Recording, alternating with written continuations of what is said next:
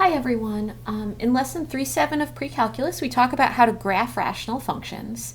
So I've come up with these 6 steps of things to look at to get information from your rational function so that you can graph it more accurately.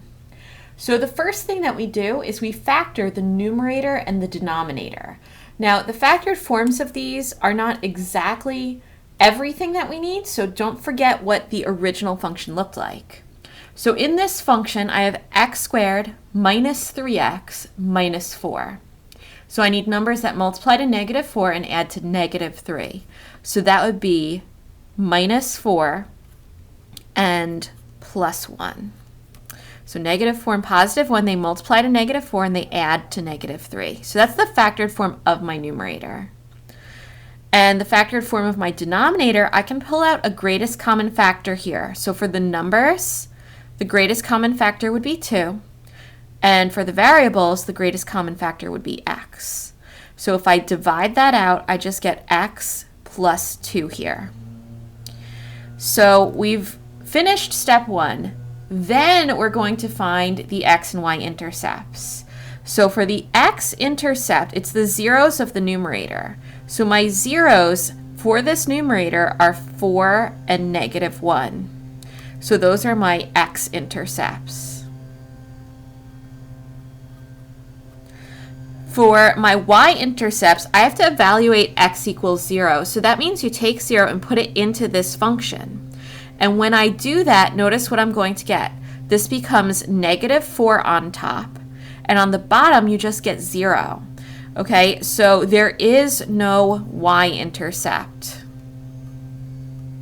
because you can't do negative 4 divided by 0. That's not allowed because you're not allowed to divide by 0, so there's no y-intercept. Okay, next we need the vertical asymptotes. Now, if you've never seen an asymptote before, basically what happens is it's a line, so maybe my y-axis here might be a vertical asymptote. So it's a line that the graph is going to approach but never touch, and it's never going to cross it. So it's just going to get really, really close to it or never cross it.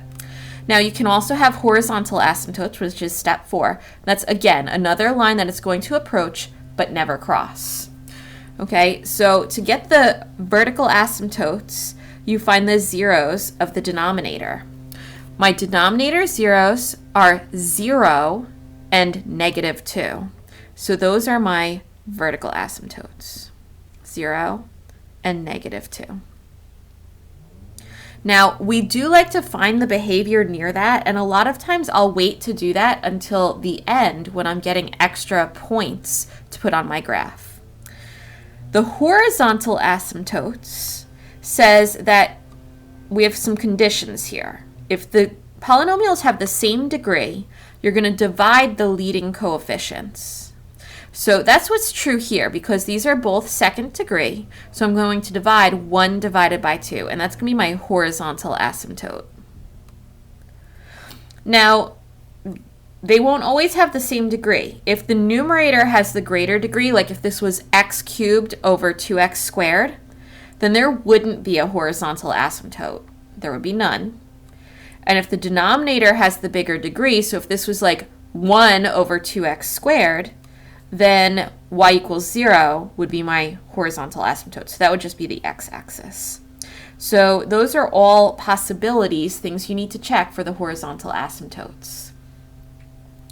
Next, you could have a slant asymptote. This is a diagonal line, a linear function basically, like this, that again, the graph would approach but never touch. And that occurs when the degree of the numerator, the top of your fraction, is 1 greater than the degree of the denominator. So if this was like x cubed and x squared, that would work. If this was just like 1 and a plain x down here, it would also work. Okay, so you just have to check that. And then we're going to just sketch the graph and plot additional points. So I'm going to put all of this on a graph next, and then I'll get additional points from a calculator. So on my graph, I have my x-intercepts of 4, which is here, and negative 1, which is there. I don't have a y-intercept. My vertical asymptotes are 0 and negative 2. So I like to mark those just with a vertical dotted line. So vertical asymptote at 0 would be on my y-axis, and a vertical asymptote at -2 would be right here on the -2 line that goes vertically. There we are. And then I have a horizontal asymptote at 1/2. So positive 1/2 would be like here, going in this direction.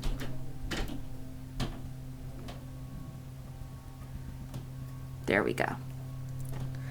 Now, I need my calculator to get some additional points, and I wrote them down for myself. So if I put in 1, I'm just going to take a 1 and put it into my function. Okay, what I get is -1. So I get the point 1, -1.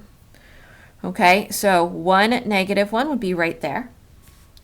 And then if I put in a 5, okay, again, I put this in a calculator, I get 6/45. So that's like almost 0. Okay, so if I go up here to 5, it's like almost 0. So it's a little more than 0. And I just picked random numbers just to get myself a little better idea of what's going on here. So I can see that it's approaching this horizontal asymptote, probably, and I can see that it's probably going to come down this way. But I'll try a few more points. I can put in a -3. When I put in -3, I get 2 1/3. So at let's see, -1, -2, -3, I got 1, 2 1/3, which would be like there. And again, most of this is estimating, and that's okay, but just make sure to get your points accurately. That's the important part. Let me put in a -4 here. If I put in a -4, I will get 1 1/2. Okay, so that was -3. -4 was 1 1/2. That's like this. Okay, and you always want to find things in each section of your graph. So I found some points here, and I can tell that it's probably going to do something like this. I only have 1 point here, so I should find a few more of those. Over here, I can tell it's probably going to do something like this.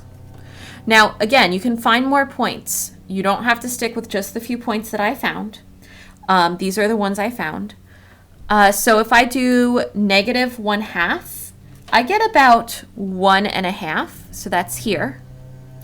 And if I do -1 1/2, I get approximately -1 1/2, like that.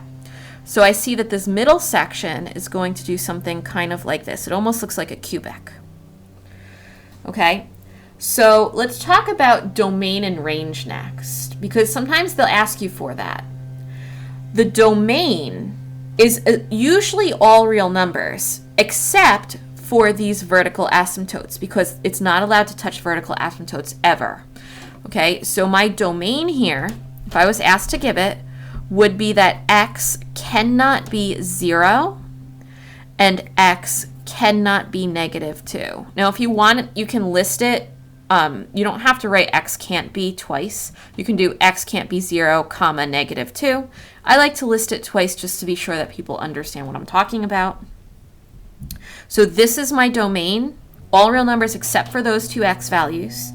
For range, now this is an interesting thing. The graph can never touch the vertical asymptotes, ever, because remember, this is a function. There's only one possible way that you could get an x value, and that's just to put it in.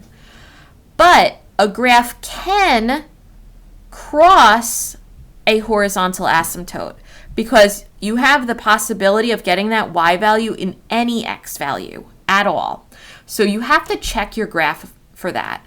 Sometimes it will not touch or cross that horizontal asymptotes, sometimes it will. So you have to check. In this case, notice this middle section of the graph. It continues to go down here, continues to go up there. It crosses that horizontal asymptote, and it goes on forever in both directions. So my range is just all real numbers, even though this horizontal asymptote does define this section of the graph and that section of the graph. So always find points in each section of the graph. Double check for domain and range. Now, the last thing we should talk about is the behavior near those asymptotes. So if I'm talking about this vertical asymptote, and I talk about how the x's are approaching that 0 from the negative side, meaning from the left side, from where the negative numbers are, okay? Notice that my function is going upward. It's going upward and it's never going to stop. It's approaching positive infinity. Now, I can do the same thing as it's approaching 0 from the positive side. Okay? If I trace this graph, it's going downward forever as it's approaching the 0. So y is going to approach negative infinity. And I can do this for all of my asymptotes. So let me show you again with this -2. Okay, that's my vertical asymptote. So as it approaches this from the negative side, so as it approaches -2 from the negative side, and that's what this little sign here means. It means you're coming in from the left side, from where the negative numbers live. This is going upward forever. So y is approaching positive infinity. And as it approaches -2 from the negative side, it's going downward forever. Now, they don't always change the signs, so it's not always going to be positive and negative. Sometimes they will both go in the same direction, so you always just have to double check your graph. Okay, and I should do this for all of my asymptotes, so I should also do this horizontal asymptote as well. Okay, so I can say as y approaches, actually I shouldn't do this. Well, I can do it over here. As y approaches, sorry about that. We don't normally do the horizontal asymptotes. I'll just do the end behavior as it goes this way and as it goes this way. So as x approaches positive infinity, okay, this graph is approaching 1/2. Okay, r of x is approaching positive 1/2. And as x approaches negative infinity, my function is approaching, again, positive 1/2. Okay, so those are generally all of the things they'll ask you about. They'll say, what are the behaviors near those vertical asymptotes? They'll ask you for end behavior, what's going on as we get further to the right or further to the left, domain and range. Okay, so that's it for this video. I'm going to make another video where we have that slant asymptote so you can see how that works.